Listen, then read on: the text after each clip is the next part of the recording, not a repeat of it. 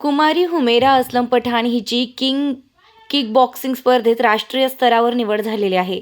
गाव पातळीपासून सुरू झालेला हा प्रवास आज राष्ट्रीय स्तरापर्यंत पोहोचलाय.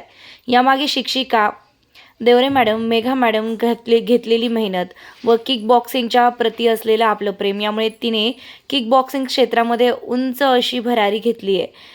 4/12/2025 ते 6/12/2025 रोजी तालुका आंबेगाव, जिल्हा गोंदिया येथे पार पडलेल्या राज्यस्तरीय शालेय किक बॉक्सिंग स्पर्धेमध्ये विजय हायस्कूल नांदगाव इयत्ता 10वीची खेळाडू, NSF क्लबची फायटर, शिवकन्या कबड्डीपटू कुमारी हुमेरा असलम पठाण हिने 63 किलो वजनी गटात सुवर्णपदक घेत विद्यालयाचं तसेच नाशिक जिल्ह्याचं नाव उंचावलेलं आहे. या स्पर्धेतून हुमेराची राष्ट्रीय पातळीवरती निवड. नांदगाव तालुक्यातील ग्रामीण भागापासून ते थेट राष्ट्रीय पातळीपर्यंतचा हा प्रवास अत्यंत कठीण होता.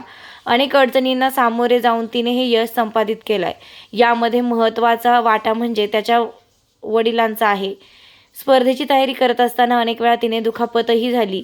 अशावेळी तिच्या वडिलांनी तिला वेळोवेळी प्रोत्साहन दिलं. विजय हायस्कूलच्या शिक्षकांनी तिला मार्गदर्शन केलं. किक बॉक्सिंगमध्ये राष्ट्रीय पातळीवरती पोहोचणारी नाशिक ग्रामीण नांदगाव भागातील पहिली किक बॉक्सिंग असल्याचा मान हुमेरानं मिळवला. आतापर्यंत तिने या स्पर्धेमधून यश संपादित केलंय. 16 ऑक्टोबर मीनाताई ठाकरे स्टेडियम, नाशिक जिल्हास्तरीय किक बॉक्सिंगमध्ये निवड.